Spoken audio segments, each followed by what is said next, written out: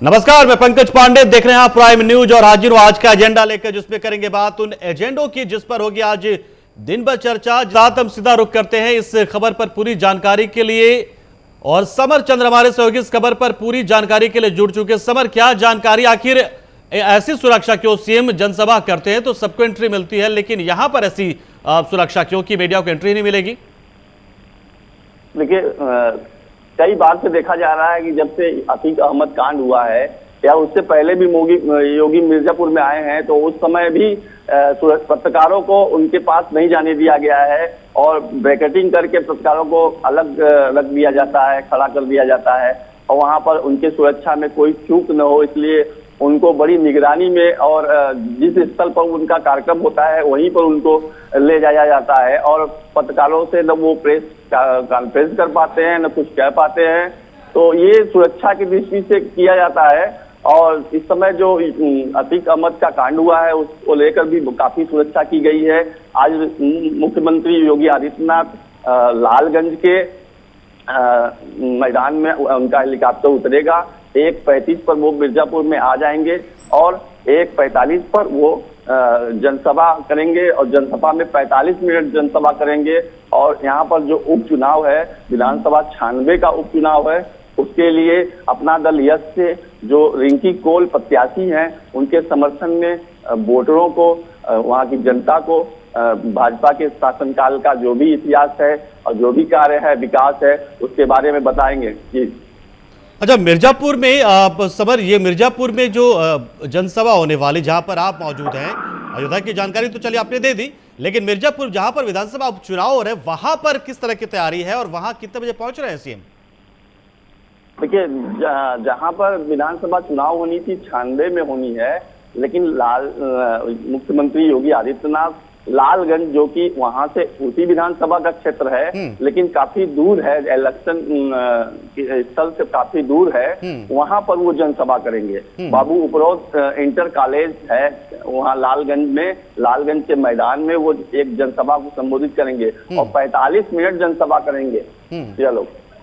यानी कि मतलब ये मिर्जापुर का जो दौरा होगा वो मतलब दोनों चीजें ध्यान में, यानी कि विधानसभा उपचुनाव भी ध्यान में है और निकाय चुनाव के लिए तो खैर पहुंच ही रहे हैं, तो दोनों ही प्रत्याशी वहां पर मौजूद रहेंगे, दोनों चुनाव से जुड़े हुए। हाँ, देखिए निकाय चुनाव भी है वहां पर भी। यहाँ मिर्जापुर में जो निकाय चुनाव का चेयरमैन का जो चुनाव है यहाँ भी कांटे का है, क्योंकि यहाँ के एक भाजपा के काफी पुराने मनोज श्रीवास्तव बागी हो गए हैं और उनको बहुत ज्यादा जन समर्थन मिल रहा है, जिससे कि कांटे की टक्कर है और भाजपा के लोग भी उनके साथ हैं। तो इससे भी वो थोड़ा सा मिर्जापुर उनका आना हुआ है और लेकिन वो नगर में नहीं आएंगे और नगर से करीब 30 किलोमीटर दूर लालगंज है, लालगंज के मैदान में ही बाबू उपरोक्त इंटर कॉलेज के मैदान में वो जनसभा को संबोधित करेंगे। चलिए, बहुत शुक्रिया समर, हमारे साथ जुड़े आप, जानकारी आपने दी। तो मिर्जापुर का दौरा होगा और अयोध्या की जानकारी भी हम आपको दे दी। और लखनऊ से एक और बड़ी खबर आ रही है जिसमें हम डिप्टी सीएम से जुड़ी जानकारी तक पहुंचा दें। तो डिप्टी सीएम केशव मौर्य के आज के कार्यक्रम के बारे में आपको जानकारी दे दें तो शाहजहांपुर, बदायूं, पीलीभीत, बरेली में उनकी जनसभा होगी। सुबह 11:05 पर हर दिन 4-4, 5-5 जनसभाओं को संबोधित कर रहे हैं। नुक्कड़ सभाएं हो रही है, बैठकें हो रही है अलग से कार्यकर्ताओं के साथ में, प्रबुद्धजनों के साथ में, विभिन्न प्रकोष्ठों के साथ में। तो आज इसी कड़ी में पीलीभीत, शाहजहांपुर और बदायूं के दौरे पर होंगे केशव मौर्य और एक रोड शो भी पीलीभीत में करने जा रहे हैं। तो ये देखिए बड़ी जानकारी है केशव मौर्य से जुड़ी हुई। एक एजेंडा ये भी आज का कि केशव मौर्य के जनसभा से बीजेपी को क्या हासिल होता है और साथ में सबसे बड़ी चीज जो है वो ये कि जो बागी उम्मीदवार हैं, और ब्रजेश श्रीवास्तव हमारे सहयोगी बदायूं से हमारे साथ जुड़ चुके। ब्रजेश, क्या जानकारी, कब तक पहुंच रहे हैं यहां पर और क्या क्या कार्यक्रम, सिर्फ जनसभा है या फिर अलग से बैठक वगैरह भी, बागियों के साथ बैठक वगैरह भी करेंगे? देखो पंकज, बता दूं, डिप्टी सीएम केशव प्रसाद मौर्य एक चुनावी जनसभा को संबोधित करेंगे। वो लगभग 12 से या 12:15 के बीच में बदायूं का एक तहसील है दातागंज भाग के धर्मशाला इंटर कॉलेज का एक मैदान है, वहां पर वो नैना गुप्ता जो भाजपा की प्रत्याशी हैं उनके पक्ष में एक जनसभा को संबोधित करेंगे, जिसको लेकर तमाम तरीके की तैयारियां कर ली गई हैं और लगातार डिप्टी सीएम केशव प्रसाद मौर्य के कार्यक्रम को लेकर भाजपा कार्यकर्ता और जो नेता हैं वो उत्साहित नजर आ रहे हैं। और कहीं ना कहीं इस दौरे से डिप्टी सीएम के केशव प्रसाद मौर्य का जो दौरा है बदायूं, उससे पूरे जिले में कहीं ना कहीं भारतीय जनता पार्टी के जो नगर निकाय चुनाव के प्रत्याशी हैं, उनको सीधा फायदा मिलने जा रहा है। पंकज, उसकी एक बड़ी वजह है, डिप्टी सीएम ओबीसी चेहरा है और बड़ा चेहरा है। उत्तर प्रदेश के अंदर लगातार जो है कैंपेन किए हुए हैं, चुनाव प्रचार जिस तरीके से निकाय चुनाव हुआ है, और उत्तर प्रदेश की मुख्यमंत्री योगी आदित्यनाथ जिस तरीके से और डिप्टी सीएम ब्रजेश पाठक जिस तरीके से लगातार जो है चुनाव कैंपेन कर रहे हैं, तो कहीं ना कहीं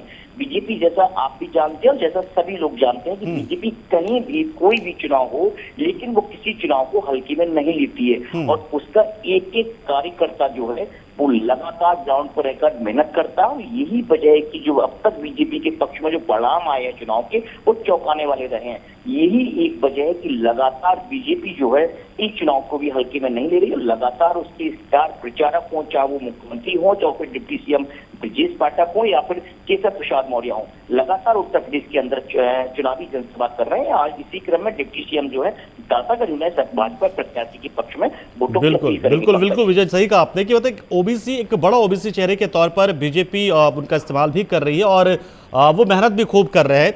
बदायूं की अगर स्थिति को हम देखें या बदायूं उसके आसपास के इलाके को, तो यहाँ पर किस तरह की टक्कर देखने को मिल सकती है? मतलब एक तरफा होगा या फिर तमाम पार्टियों के बीच में एक रोमांचक यहाँ पर जो मुकाबला देखने को मिल सकता है? पंकज, बदायूं की अगर मैं जिले की बात करूं तो बदायूं जो है वो 21 नगर निकाय की सीटें बदायूं के अंदर आती है, जिसमें 7 जो है नगर पालिका की सीटें हैं, बाकी जो है वो नगर पंचायत की सीटें हैं। सबसे बड़ी खबर मैं आपको यहाँ एक चीज बता दूं कि इस बार की नगर निकाय चुनाव में पहली बार ऐसा हुआ है कि समाजवादी पार्टी जो है 2 दलों में बढ़ती हुई दिखाई दे रही है। उसकी एक बड़ी वजह है कि समाजवादी पार्टी ने इस बार बदायूं जिले में सिर्फ 2 सिंबल दिए हैं, और 2 सिंबल जहां दिए हैं वहां भी पार्टी में गुटवारी साफ देखी जा सकती है। समाजवादी पार्टी ने जो सिंबल दिए हैं वो दातागंज और अलापुर में काजी रिजवान जो पूर्व बसपा प्रत्याशी रहे हैं, 2 साल पहले समाजवादी पार्टी सदस्यता ली, उनकी मां को सिंबल दिया है। वहीं बीजेपी ने इस बार जो है 21 की 21 सीटों पर जो है अपने उम्मीदवार उतारे और मजबूत उम्मीदवार उतारे हैं। और इस खास ख्याल ये भी रखा गया है बीजेपी की तरफ से अपने उम्मीदवारों को लेकर कि कैसे जातिगत समीकरण को भी बिठाला जाए। और दूसरी बात ये और कि बदायूं में भारतीय जनता पार्टी ने इस बार 3 मुस्लिम प्रत्याशियों को चुनाव मैदान में उतारा है, जिसका सीधा फायदा जो है भारतीय जनता पार्टी को अल्पसंख्यक वोटरों के साथ मिलता हुआ दिखाई दे रहा है। और लगातार जिस तरीके से आपने बड़े नेताओं के स्टेटमेंट देखे हो या फिर प्रदेश लेवल के नेताओं के स्टेटमेंट देखे हो, अभी भूपेंद्र चौधरी ने कुछ दिन पहले प्रेस कॉन्फ्रेंस की, उन्होंने साफ ये कहा कि हमारे पास एजेंडा है 2024 में अल्पसंख्यक समुदाय को जोड़ने का, सबका साथ, सबका विकास, सबका विश्वास को लेकर काम कर रहे हैं। तो कहीं ना कहीं बीजेपी की चलिए बिल्कुल, यानी कि साफ तौर पर एक तो बीजेपी मजबूत है, तमाम नेता यहाँ पहुंच रहे हैं, और इसके साथ साथ विरोधियों कि आपसी जो प्रतिद्वंदिता आपस में ही है या गुटों में बंटी नजर आ रही समाजवादी पार्टी, तो ये कहीं ना कहीं बीजेपी को फायदा पहुंचा सकती है। अब बात ब्रजेश पाठक के दौरों की भी कर लेते हैं आज की। तो सोनभद्र, भदोही और अयोध्या, पूरी जानकारी के लिए शैलेंद्र, सीएम योगी भी और डिप्टी सीएम ब्रजेश पाठक भी, कैसा रहेगा नजारा अयोध्या का? आज तो पूरा एकदम चुनावी मोड में होगा अयोध्या। जी, सबसे बड़ी बात यह है कि एक ही हफ्ते में दोबारा सीएम का कार्यक्रम है, और जो है जैसा कि भाजपा जो है इसको 2024 का सेमीफाइनल मान रही है, कहीं ना कहीं उसी तरीके से आज पूरी ताकत भाजपा झोंकती हुई नजर आ रही है। जहां अयोध्या में मुख्यमंत्री प्रबुद्धजनों के साथ बैठक करेंगे और उसके बाद जनसभा को संबोधित करेंगे, तो वहीं अयोध्या से जो है मुख्यालय से लगभग 35 किलोमीटर दूर जो रुदौली नगर पालिका है, वहां पर डिप्टी सीएम ब्रजेश पाठक पहुंचेंगे, और जहां अपने कार्यकर्ताओं के साथ पहले कार्यकर्ता सम्मेलन में शामिल होंगे और उसके बाद 3:30 बजे वह जनसभा को भी संबोधित करते हुए 3:25 पर नजर आएंगे। तो कहीं ना कहीं आज जो है अयोध्या पूरे चुनावी मोड में है भाजपा की तरफ से। इस तरीके से भाजपा इसको अब 2024 का सेमीफाइनल मान रही है, तो कहीं ना कहीं उसी तरीके से भाजपा यहाँ पर लगातार, जैसा कि यहाँ पे संस्कृति मंत्री सूर्य प्रताप शाही लगभग रोज यहाँ पर पहुंच रहे हैं, और अभी कल जो है डॉक्टरों के साथ बैठक की थी, जो एक अनोखी पहल है, जैसा कि एक पहली बार देखने को मिला है कि कोई पार्टी जो है चुनाव के दौरान डॉक्टरों के साथ बैठक कर रही है और अपने जो है समर्थन में उनसे वोट करने के लिए बात कर रही है। तो कहीं ना कहीं भाजपा जो है जिस तरीके से इसको कह सकते हैं कि साथ ही साथ 2024 की तैयारियां भी करती हुई भाजपा नजर आ रही है, क्योंकि कुछ ही दिन बचे हैं जब 2024 का चुनाव होना है। तो नगर निकाय चुनाव में जो यहाँ पे 5 नगर पंचायतें हैं, 1 नगर पालिका और उसके बाद जो है नगर निगम का एक चुनाव है, जहाँ से गिरीश त्रिपाठी जी भाजपा की तरफ से प्रत्याशी, जिसको लेकर आज मुख्यमंत्री योगी आदित्यनाथ खुद पहुंचेंगे अयोध्या में और साधु संतों के साथ, प्रबुद्धजनों के साथ बैठक करेंगे। बिल्कुल शैलेंद्र, यानी कि देखिए निकाय चुनाव को भी कितने प्रमुखता के साथ बीजेपी लेती है कि साधु संतों के साथ बैठक, अलग से संवाद होगा, तो ये भी अपना पे बड़ी बात कि बीजेपी निकाय चुनाव को भी कितनी गंभीरता से ले रही है। अच्छा, डिप्टी सीएम भी यहाँ पर मौजूद रहेंगे, क्या दोनों कहीं एक जगह आमना सामना होगा सीएम योगी के साथ डिप्टी सीएम का, या फिर अलग अलग जनसभाएं करेंगे, एक मंच कभी साझा करते नजर आ सकते हैं क्या? नहीं, सबसे बड़ी बात यही है कि जो मुख्यमंत्री होंगे वो प्रॉपर अयोध्या में मौजूद होंगे और जो डिप्टी सीएम का कार्यक्रम है वह जो है अयोध्या के जो रुदौली नगर पालिका है, करीब 35 किलोमीटर दूर अयोध्या से पड़ती है, जो नेशनल हाईवे के पास, वहां पर वह जनसभा को संबोधित करते हुए नजर आएंगे। वहीं के नजदीक जो है जहाँ जनसभा होनी है वहाँ नई जो है नगर पंचायत बनाई गई है समस्या भवानी की, तो जो मंदिर के नाम से वहाँ पर वह नजर आएंगे। तो कहीं ना कहीं यह जो दोनों लोगों का कार्यक्रम है या थोड़ा सा अंतराल तो है और जो है काफी दूरी पर कह सकते हैं। तो जो पहले डिप्टी सीएम पहुंचेंगे तो हो सकता है कि जब वह अयोध्या पहले पहुंचेंगे तब मुख्यमंत्री के साथ मिल सकते हैं, लेकिन उसके बाद जो कार्यक्रम है वह एक मंच पे नहीं है। सबसे बड़ी बात यह है, और वो दोनों लोगों को साथ होने की भी उम्मीदें कम है क्योंकि काफी दूरी पर यह कार्यक्रम रखा गया है। तो शैलेंद्र, ये भी कि ब्रजेश पाठक जहाँ होते हैं उस जगह पर विपक्षी के बीच खेमे में कहीं ना कहीं ये हड़कंप मच जाता है कि कहीं ऐसा ना हो कि फिर से कोई तोड़फोड़ करके रह जाए ब्रजेश पाठक। अयोध्या में कैसी सुगबुगाहट कोई बड़े नेता के बीजेपी में शामिल होने की जैसी खबर, क्योंकि पिछले कई दिनों से लगातार ब्रजेश पाठक इसी में जुटे हुए कहीं ना कहीं।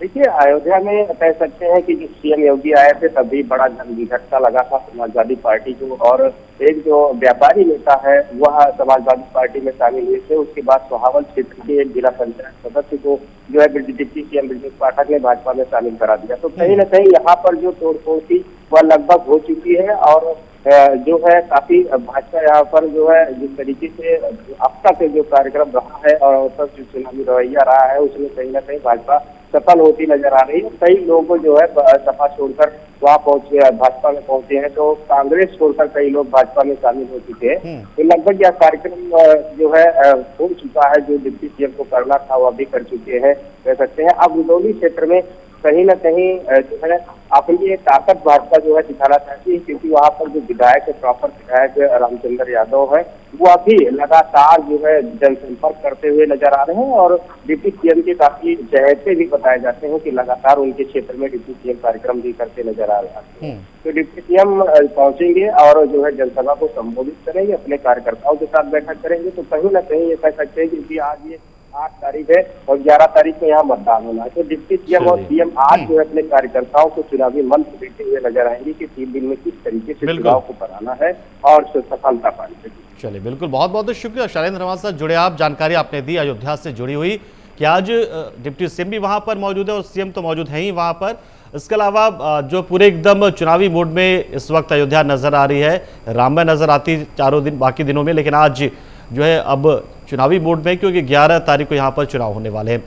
यूपी बीजेपी अध्यक्ष भूपेंद्र चौधरी के कार्यक्रम से जुड़ी जानकारी भी हम आपको देने जा रहे हैं। तो आज अमेठी अंबेडकर नगर के प्रवास पर रहेंगे भूपेंद्र चौधरी, और देखिए अमेठी में स्मृति ईरानी भी आ रही हैं तो निरहुआ भी आ रहे हैं, सांसद दिनेश लाल यादव।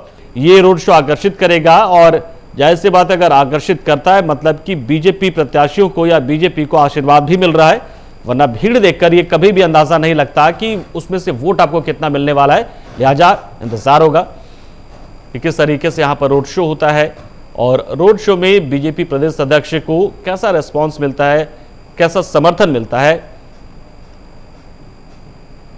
तो आज अमेठी में दिग्गजों का जुटान, भूपेंद्र चौधरी, केंद्रीय मंत्री स्मृति ईरानी, सांसद दिनेश लाल यादव और जो बाकी प्रत्याशी उम्मीदवार हैं वो तो चुनाव प्रचार कर ही रहे लगातार। तो दिग्गजों का जुटान यहां पर आज अमेठी में।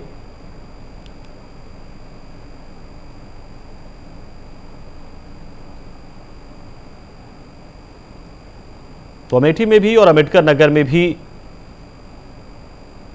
और नूर आलम हमारे सहयोगी इस खबर पर पूरी जानकारी के लिए हमारे साथ जुड़ रहे हैं। नूर, भूपेंद्र चौधरी तो होंगे लेकिन इसके अलावा स्मृति ईरानी भी आज हैं, दिनेश लाल यादव भी हैं, क्या तैयारियां नजर आ रही है अमेठी में और कहां का रोड शो होगा? क्या सब एक साथ करेंगे या फिर अलग अलग रोड शो होगा सबका? देखिए पंकज, जिस तरीके से 11 तारीख को मतदान होना है, तो जिसको लेकर के सभी राजनीतिक पार्टियां जो है, चाहे सपा हो, बसपा हो, या अपना जोर आजमाइश शुरू कर दी है। तो 2 दिन का वक्त बचा हुआ है चुनाव प्रचार को लेकर के, जिसको सारी जो ताकतें हैं सभी ने झोंक रखी है, तो भाजपा भी कहीं पीछे नहीं रह सकती। तो जिस तरीके से आज प्रदेश भाजपा प्रदेश अध्यक्ष भूपेंद्र चौधरी आज अमेठी में रोड शो करने के बाद फिर अम्बेडकर नगर का दौरा है। तो अम्बेडकर नगर की बात बताते हैं हम आपको कि यहाँ पे 3 नगर पालिका और 4 नगर पंचायतों का चुनाव होना है, जहाँ पे भाजपा जबरदस्त तरीके से अपने सारे प्रत्याशियों को उतार कर प्रचार प्रसार में लगी है। एक बात सबसे बड़ी पंकज ये है कि इस बार भाजपा जिस तरीके से चुनाव मैदान में कूदी है, तो कहीं कोई कोर कसर नहीं छोड़ना चाहती। बूथ स्तर से लेकर के सारे जो बड़े पदाधिकारी है, वो कहीं ना कहीं रोड शो करते नजर आ रहे हैं। जी पंकज। तो नूर, यहाँ पर अगर अम्बेडकर नगर की बात करें तो अम्बेडकर नगर की जानकारी तो आपने दी, लेकिन क्या यहाँ पर जो रोड शो होगा उसमें सिर्फ भूपेंद्र चौधरी नजर आएंगे या फिर जो सांसद या केंद्रीय मंत्री भी पहुंच सकते हैं, क्योंकि अमेठी तो पहुंच ही रही है लोग?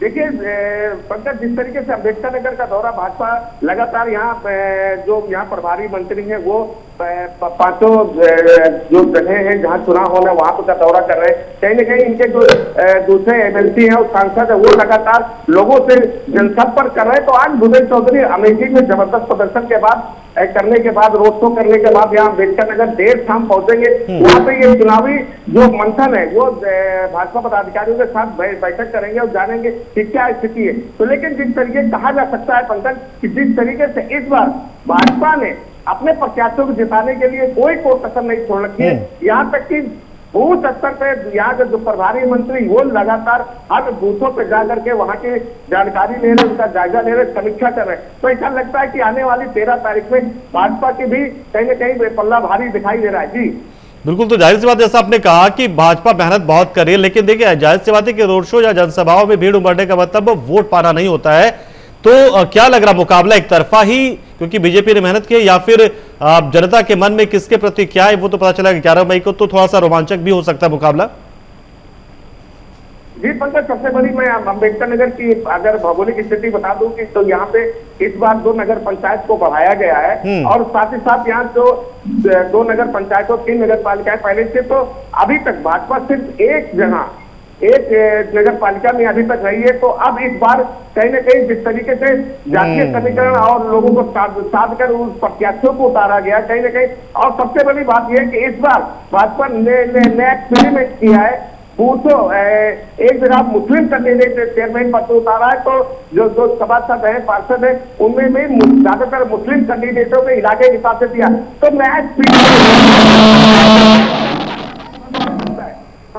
चलिए, बहुत शुक्रिया हमारे साथ जुड़े आप, जानकारी आपने दी। तो देखिए अम्बेडकर नगर से नूर हमारे साथ, उन्होंने जानकारी दी कि कैसे मुकाबला जो है थोड़ा दिलचस्प होने लगा। हालांकि इससे पहले तक बीजेपी को बहुत ज्यादा यहाँ पर सफलता नहीं मिलती थी, लेकिन इस बार जिस तरीके से न सिर्फ तमाम तरीके से ताकतें झुकी गई बल्कि प्रत्याशियों के चयन में भी बीजेपी ने एक बहुत ही खास रणनीति बनाई। तो आज के एजेंडा में इतना